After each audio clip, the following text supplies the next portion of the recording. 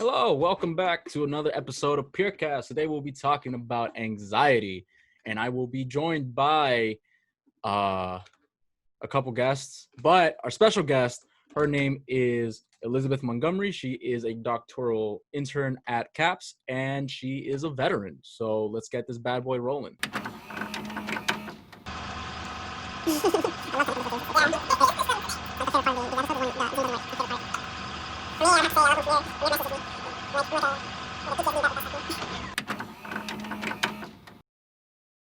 All right, so welcome everyone.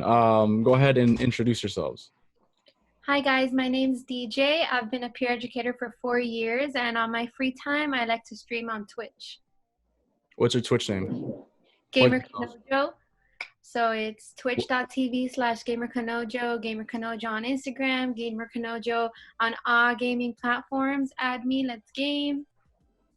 Okay, that's all the plugs, all the social media. All the plugs, yeah. Not the Twitter, by the way, but that's fine. Battle.net, Steam, Epic Game Launcher, everything. Xbox, just add me. Yo, she's getting free promotion. Hey, my name is Ramsey. I'm a peer educator. You've seen me on these already. Fun fact about myself, I aspire to be like Zarathustra. If you read Nietzsche, if anyone's No read one has Nietzsche. any idea what you're talking about. No, I know. Nobody. Okay. All right. Hi, I'm Christina. I'm a peer educator. I've also been on a couple of these, so I don't know if I have any more fun facts, but no, I don't. No fun facts. Sorry. Oh, you had me at the edge of my seat there. I was Yeah. excited. Yeah. If I think of one, I'll just blurt it out randomly throughout the episode. So stay tuned. Hey guys, I am Dory. I am also a peer educator and I have been here for a long time. And a fun fact about me, I love hula hooping. To me, that's my top awesome thing to do. I know it's not really awesome, but to me, it's my fun activity. That's amazing. That's yeah. great. Hula hooping is hard. It's super fun in different rhythms and playing with it. I don't know. I love it. Okay, hi, I'm Liz. I am a doctoral intern at CAPS. This is my internship year, so with internship, we have a special project, and so I am a veteran, and so what I would like to do is to do something like this, but with veteran kind of student issues, so it'll be called Vet to Vet podcast, so that will be coming soon. And this is my first time here. And a fun fact about me, I love karaoke. Oh, okay. So karaoke. I love karaoke. That's so awesome. Yo, karaoke night, guys. Definitely. And Liz is on. So Liz, actually, right before we get into the topic of hand, can you tell me a little bit more about the podcast that you want to do? So what's been happening is that I've noticed that, well, when we're on campus, that the veteran student office is right next door to CAPS, and then I noticed that it wasn't being utilized often.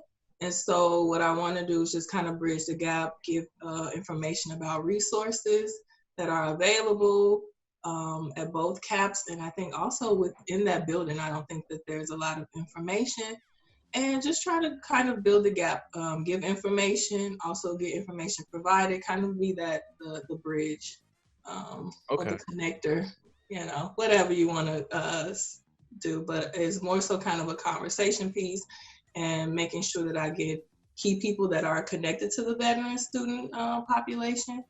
And just kind of have a conversation and discussion, as well as talk about kind of the issues that veteran students are kind of struggling with as it arises about this, the quarantine and all of that, but just in general with being a veteran student.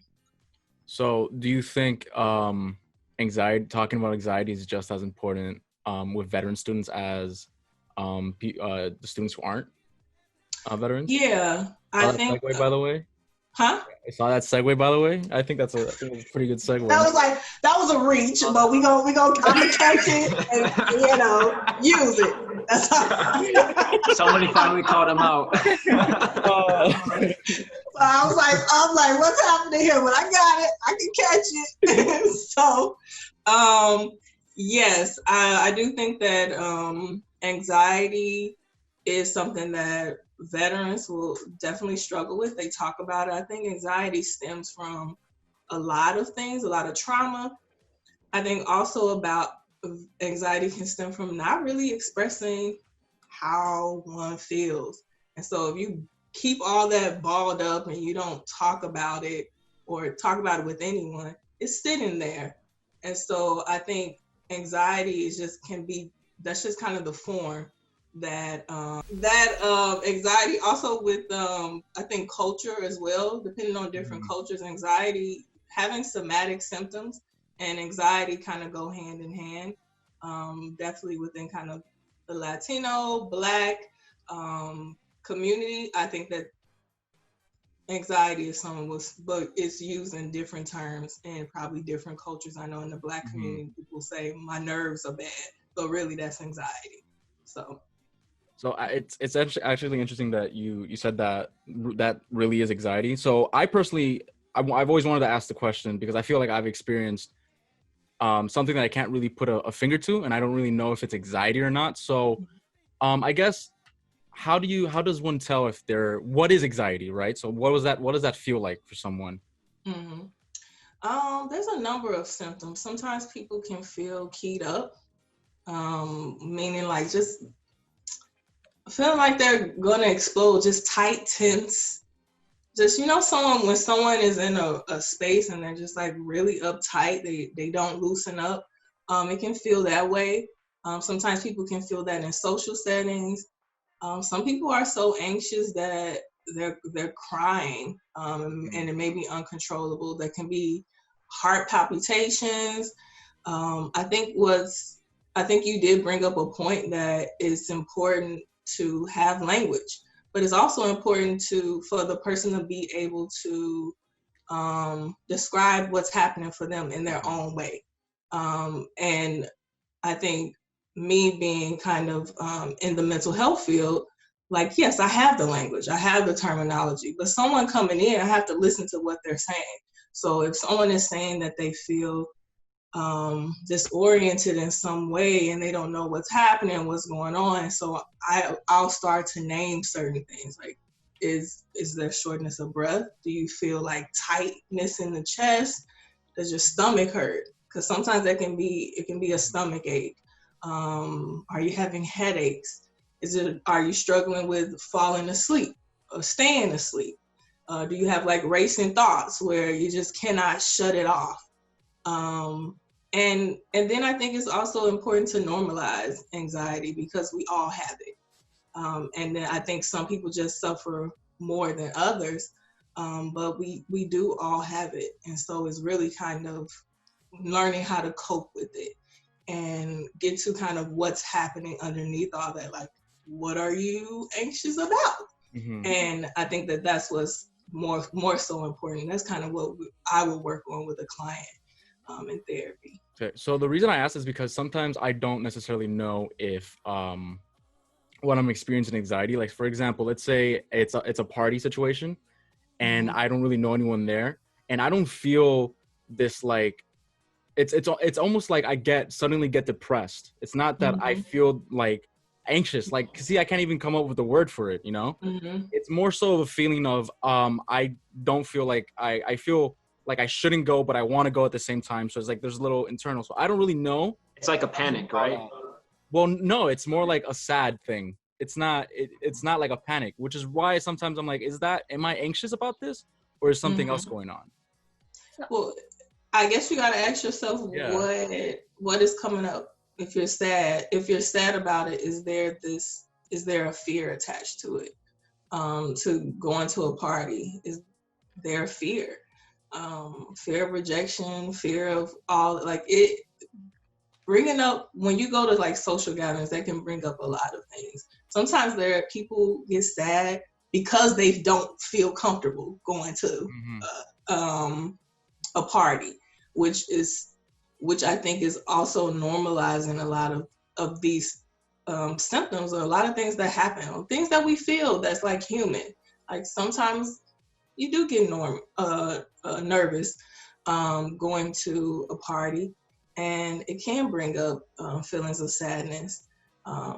But I think it's exploring yourself and kind of figuring out what that is, because I think everything is personalized, even though we want to generalize it to something, and that's what I'm asked to do by giving a diagnosis. That's not how people work. We're all different.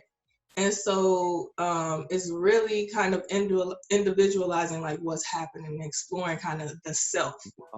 Because That's actually really interesting what you're saying, because what about tests, for example? And in summer classes, all our summer classes are shorter, right? So what about when we feel this test coming up, right? And when do I know I'm just nervous about the test, or when I am anxious about the test? When do I know this is just too much, or this is normal, I can deal with it, I can handle this? Or when is it I do need help right now? That's another thing that's on the person. So you are your own expert. So let's say, for instance, if you are feeling nervous about the test, but you still go to the test, you still take the test, you study for the exam, then that is not affecting your functioning. So that's when it becomes problematic, when it affects your functioning. So say, for instance, you're feeling nervous about the test, you don't go to the test, you don't talk to the professor about it, now you're failing the class. And so that's the piece where it starts to affect the functioning. And so when it gets to that point, you can get help at any point, because if you're feeling nervous and you may want some some tools or techniques of how to kind of cope with anxiety or feeling nervous, or you can go to a workshop. If you need more kind of treatment or coping strategies where it's more severe, then that's when you can think about individual treatment or group therapy or anything like that, or management in some sort of way. But it really is up to the individual to determine what's their level of kind of the time where they want to get care and services. Because at the end of the day, if you come into my office and you're talking about feeling nervous at an exam or a test, the purpose is taking baby steps to feel that. It's okay to feel those negative emotions and still take your exam and still study and still do all those things. So it's going to be a challenge, but I think people get a misconception that therapy or treatment is about eliminating bad feelings. It's about living with them, right? Learning to live with them, right? It is about living with them and navigating them and coping with them. Therapy is growing, and this growing pains, that saying did not come from anything. Like, that's literally what it is. It can be a painful process, and I think that's why people avoid therapy. It's hard. You hit a really good point, and I like that answer. Just take it to where you think it's important, or what you think it's your level. So each one is its own diagnosed, I guess, when we cannot take it anymore. And what about this misconception about, anxiety is stress? They're just the same thing.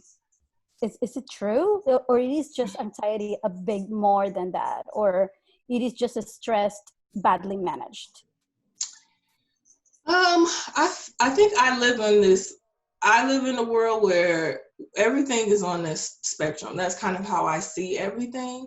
And I think a lot of times it is easy to say it's either this or that.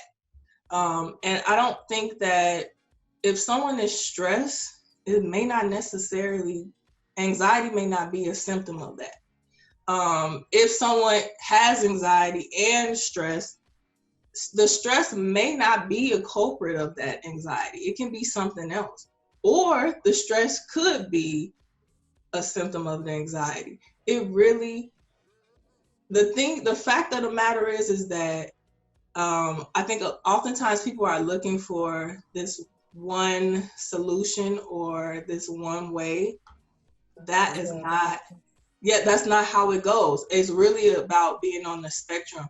And, but I think so many people want answers, but we are complex. People are complex. And I think it's hard for people to, it's hard to sit in that. Like, we are literally complex. You cannot put people in a box. People want to, but that's where I think a lot of the struggles come from, is when people are trying to fit into this box that someone has created for them, and it doesn't fit. So what about this, about mental illness? Is anxiety a mental illness? Are you right, when you have anxiety attacks? Mm-hmm. Well, mental illness is basically a diagnosis about something. So if we're going to think about kind of anxiety being a mental illness, yes, it can be labeled as a mental illness, because that's something that's in the DSM that we use.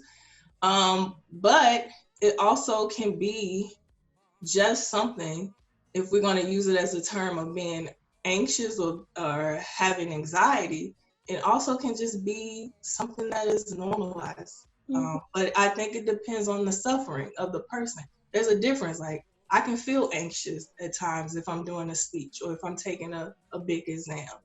But if it is affecting the way that I function and that my quality of life, then that's when it becomes something bigger. And sometimes that the diagnosis of either generalized anxiety or social anxiety or panic disorder, then it becomes that, because now it's affecting the way that I'm able to function. And that's what's always important. People can come in with a lot of distress for therapy. Once it is affecting their way of functioning, then that means that this person is suffering at a higher level than maybe everyone else around them, because we're all inherently suffering about something. Let's just keep it real about that. And I think it's just maybe at a higher level. And so that is when I think that the diagnosing becomes like, okay, this is generalized anxiety, but besides just feeling anxious, That's super cute and important, really important to know. One thing is having a moment of anxiety, and another thing is this is stopping my way of functioning. Mm-hmm. This is prohibiting me from doing my normal activities. Mm-hmm. And what about weakness? Are we weak just because we have anxiety regularly? It is normally to say, "Oh, stop being weak," right? You're just a baby. Yeah, I don't like that people. I really can't wait till we get to a time where people can acknowledge other people's struggles, and voicing that is not seen as weak. I think it's very vulnerable to talk about what one is struggling with. I also think it's very powerful and not weak is to ask for help. And I think that that's really empowering, and that more people should do that when they are struggling. And the people who think that struggle is weak, I'm like, look in the mirror, because at the end of the day, I think we all have something that we can work on. True. So I wanted to mention this really quickly before we digress. I love how you mentioned earlier that anxiety is something that we should normalize. Normalize, because if you think about it, earlier, like when we started the podcast, you mentioned that therapy is really about learning how to cope with your feelings. And probably, if you consider somebody who is excited all the time, that excitement can take a toll on the way that their like normal functioning is, just like anxiety would, just like being sad or happy would, because it's something that like everybody experiences. I don't really remember the point that I was going to make because we digressed, but if I do, I'll get back to it. I did want to mention though, we talked about how like stress and anxiety are sometimes confused for one another, and I did want to ask how you, in a clinical aspect, differentiate the two, because I know that stress is both a good thing and a bad thing, and sometimes, you know, stress is what motivates you to study for that test, go to that test, you know, talk to your teacher. So how would you say that stress and anxiety differentiate in a clinical sense, if that makes yeah, I think going back to that, I'm just like, why? That's how I'm feeling. But I think that it's the terminology that people are using today. I think there is a lot of insight now and a lot of jargon, psycho jargon that is now a part of kind of popular communication. And so if someone comes to me and tells me that they're stressed, what I'm going to ask them is, what is happening? What's going on? Yeah. Because it is the individual and whatever's happening in their world that could potentially be stressing them out and causing anxiety symptoms. And so I think it's always important to focus on kind of symptoms, regardless of kind of diagnosis. Because I think when we start to get into diagnosing of like anxiety and saying like anxiety, that becomes like a diagnosis instead of kind of having anxiety symptoms or feeling anxious. I 100% agree. And I think that if we pull away from, we have to pull away from the labels. That's it. And I know that it's mentally is safe. Mentally, people love to have a label. It makes things, oh, that makes sense. If someone says I'm feeling anxious, we can know what that means. But really, we don't. Exactly. If we don't ask that person, like, what's happening? What's going on? It goes back to that. It goes back to that need that we have to like really put everything in a box, right? Yeah. That be part of a collective, you know? Right. If I'm in this like group known as those who experience anxiety, then I feel safe in that collective. So I wanted to ask, you know, I'm gonna get into a little bit of mumbo jumbo, I would say. These guys know what I'm talking about. But and going down the rabbit hole because I'm seeing some of these podcasts. Okay. All right. She knows. She knows. Okay, I can go there too. That's why I'm like, let me prepare. I can get pulled down. So I'm trying to. All right. I like this. Let me hold on. I'll hold on. Okay. So there's this philosopher. I bring him up sometimes. Jean-Paul Sartre. He's an existentialist. You know, a lot of good books, Being in Nothingness, all that sort of stuff. He was a veteran of the French Resistance, and he wrote regarding anxiety that it is the fear of freedom, the fear of the responsibility that we have with regards to our actions. So I wanted to get your perspective on that definition, and also on like what anxiety is from a veteran's perspective and from the military's perspective in general. Like, what does it look like, or is it even like recognized at all? Yeah. So I guess I'll start out here about the fear of freedom. That's how I can kind of make it be like it's out in the clouds. So the fear of freedom, I think that is something very true. The fear of freedom, because a lot of times people want to take away their choice in a lot of the things that they do. Someone else did it. I mean, if with myself thinking about my history of growing up in the church, like the devil did everything. And it's like, no, you made choices It takes away from an individual responsibility. It takes away from that responsibility.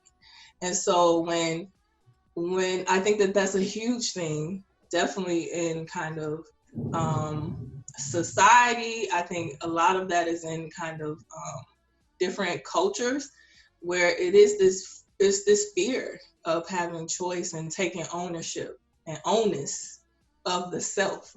And if we do that, then we're responsible for a lot of things. We're responsible of how our lives have turned out. Mm-hmm. There is only a small window where we are dependent on another person to take care of us. And so once that window is gone, now that's all on you. And so I think that's hard to sit with. As far as like anxiety and the military and what that can look like, it literally can look like everything. But I think because with veterans and the training, you're being taught not to show a lot of consider negative emotions in the military. I would say are sadness and probably anxiety. Yeah, because the idea, at least of the training, I would think, is to strip away one's like individuality so they can be, I would say, like the perfect soldier, or try to reach what that is, whatever that is. Yeah, whatever that is, what it looks like is someone that's angry. And anger is the go-to emotion. And so anger is acceptable in the military. Sadness is not, but I think that that's often what people want to express. And I think a lot of times when the anxiety comes, when the anxiety starts to kind of, the symptoms begin to set in, I think that can stem from not expressing sad emotions. I think soldiers have, I shouldn't say soldiers, veterans, I'm just a soldier, but veterans have experienced a lot. And I think from my experience, people who come into the military have already experienced probably their own childhood trauma.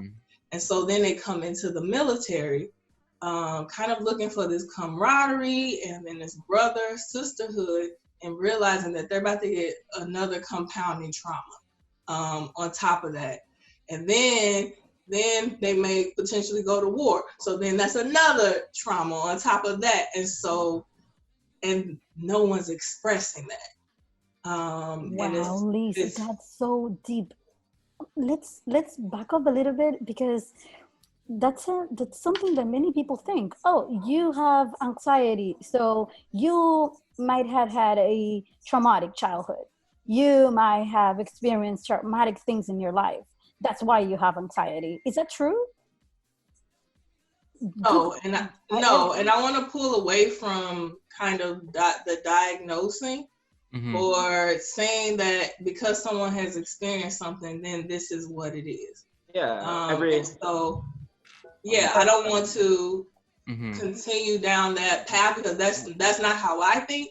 That's also not how I want people to see what it would be like to even be in therapy, or what that getting help, like that doesn't necessarily mean you're going to get labeled something because you had this experience, then you are this.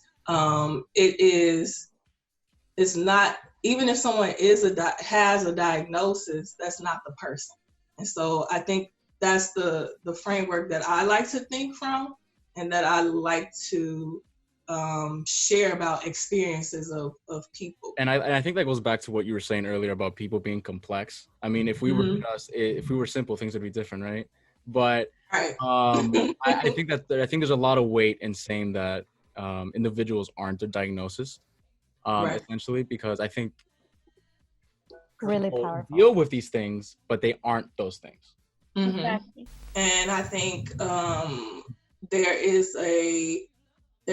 there definitely is an urgency for a push for mental health to be something that is normalized, period. And to seek out any type of mental health, anyone could do that. Literally everyone should do that, including mental health professionals. It's definitely something that I, myself, my peers, my supervisors openly talk about. It's not something that is weak or something that should be frowned upon. Like, we all have struggles, including mental health professionals. We're human as well. So I think I'm hoping that we can shift from that dated way of thinking. So I actually, that conversation kind of made me think about something. So I guess a question that I wanted to ask, and this would be back in regards to the military, but do you feel like it's almost what's the word I'm looking for? It's almost like a negative thing, for lack of a better word, that those feelings aren't talked about in the military? Do you think that it should be, in your opinion, I guess, do you think those feelings of anxiety, of sadness, should be a topic of conversation rather than something that shouldn't be? Yeah, I think it should be something that is normalized. I know when I was in the military, it was mandatory that I went to certain checkups. And so why can't mental health be a part of those checkups as well, if it's mandatory for the unit? And so it's just really thinking about what the importance of that is. But I think also it's a lot of work. If we're thinking about trauma is a lot of work. So it makes sense for that system to not want to make that a priority. And I think, but it's also letting people know that that's what that system is like. And when you come out of that system, is knowing how to build yourself back up, because it is not inherently built into the system, the military system. It's just not. So you have to begin to find yourself and build yourself up. And that is where it becomes hard, because these are systems that are breaking people down and only wanting to use these certain parts. So yes, I can be strong. I can have all of these different things. Like, I have techniques where I can literally carry a 200 plus pound man on my back. I can do that. But what good is that if I'm struggling with some type of depression or depressive symptoms or anxiety? That's not helpful for me. I can run 6 miles. I can do all those things. But then back when you're in the civilian life, then you find yourself in so much trouble with post-traumatic stress or anxiety or whatnot, and then you can't function in regular society, and then you're seen as like an outcast. Right. Self-doubt. I can do this, but I cannot do this. I can do that, but I cannot do this. Right. I'm just curious. I know we've been talking about how feeling anxiety is subjective to the individual, because everybody's experience of anxiety is going to be different, obviously. But for our audience, and kind of just so we can get a little bit of an understanding, what are some, I guess, physical side effects or symptoms? Symptoms, yeah, thank you. What are some symptoms to feeling anxiety, and also what are some things that we can do to, I guess, cope with what we're feeling, whether it be like sports or like painting or just breathing exercises, if there's anything that you can like suggest? Well, symptoms of anxiety are very similar to what I spoke about earlier. So sometimes people can feel keyed up. There can be racing thoughts, struggle kind of going to sleep, falling asleep, this sense of restlessness. Sometimes there can be the sense of kind of isolation when you're feeling kind of social anxiety. With panic, there can be heart palpitations, feeling loss of breath, just really feeling out of control of your own body. And that can be really scary. Sometimes people go into the emergency room when they're having a panic attack because they think that this fear that they're going to die or that they can't breathe. And then they get there and they're like, okay, you had a panic attack. And so when we start to get to that point where we're having symptoms, I would say sometimes running helps, exercising helps. Some people enjoy artistic stuff. So if you want to paint, if you play video games, play video games. If being by the water, right, being by the water, swimming, it is really about kind of the person and what calms their anxiety. Sometimes eating ice, eating something that you enjoy eating can calm you down. But it's really just getting through that to cope. A lot of times people wanted to end, like to never have anxiety symptoms ever again. And that's just not gonna happen. So I want people to understand that it's coping with anxiety, not getting rid of it. Yeah. Yep. I think we went a little I have a question now on that. Since you've talked this entire time about symptoms and how you would rather your patients come in and talk about what they're feeling rather than coming in and saying like, oh, I think I have anxiety, or trying to put themselves in a box. Mm-hmm. So would you say, kind of like for us, as we're like peer educators, we're trying to educate people on that we should be endorsing more of like a reflective kind of way to go about like seeing what you're feeling, instead of saying like, because I know like anxiety is used as like a common term and everyone is just like self-diagnosing. Yeah. So should we have like this shift now to, instead of diagnosing up front, to kind of be more reflective and see what our symptoms are, instead of trying to place ourselves in that box that you were talking about earlier? Well, I think it's up to the person. If someone wants if someone goes to a professional and they get a diagnosis, yes. But if you are not a professional, no, do not diagnose yourself. And I think because I did the outreach on anxiety, it was not about kind of putting people in a box. It was literally about experiences, which is what I wanted the outreach to be. Having conversations and putting things in like, what do you get anxious about? And it was things like having an exam, going to a concert. And I think that begins to normalize anxiety and letting people know that we all struggle with something, and it's okay. And it's okay if you cannot continue that and you want to get help.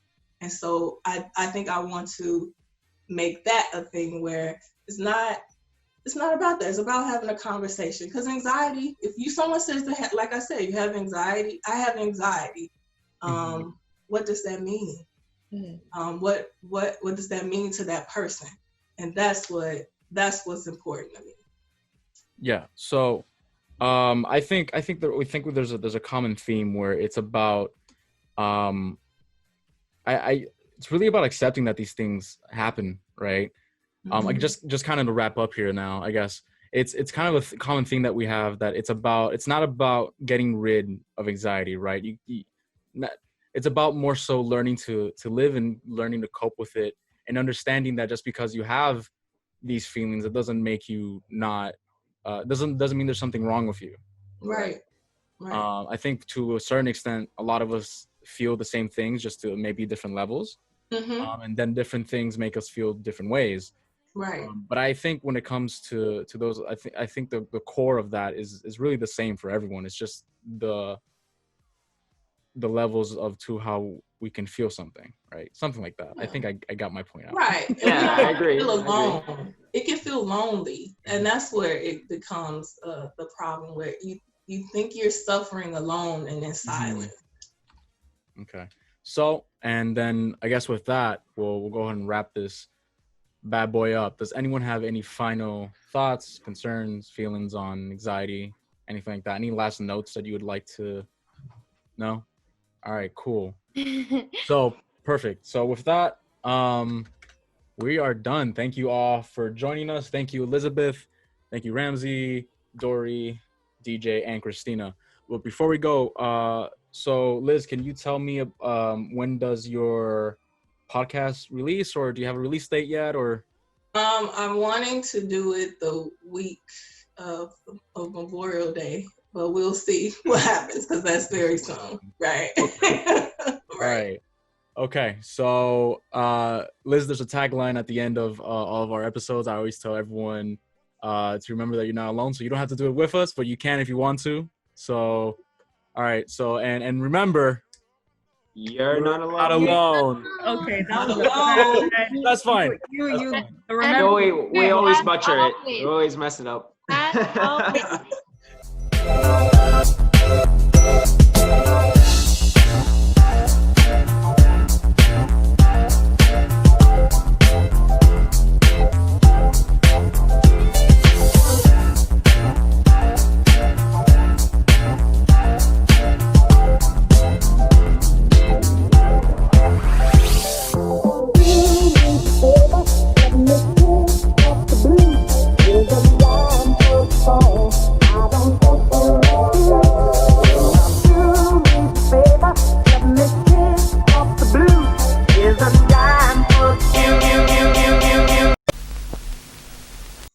Is it supposed to be together?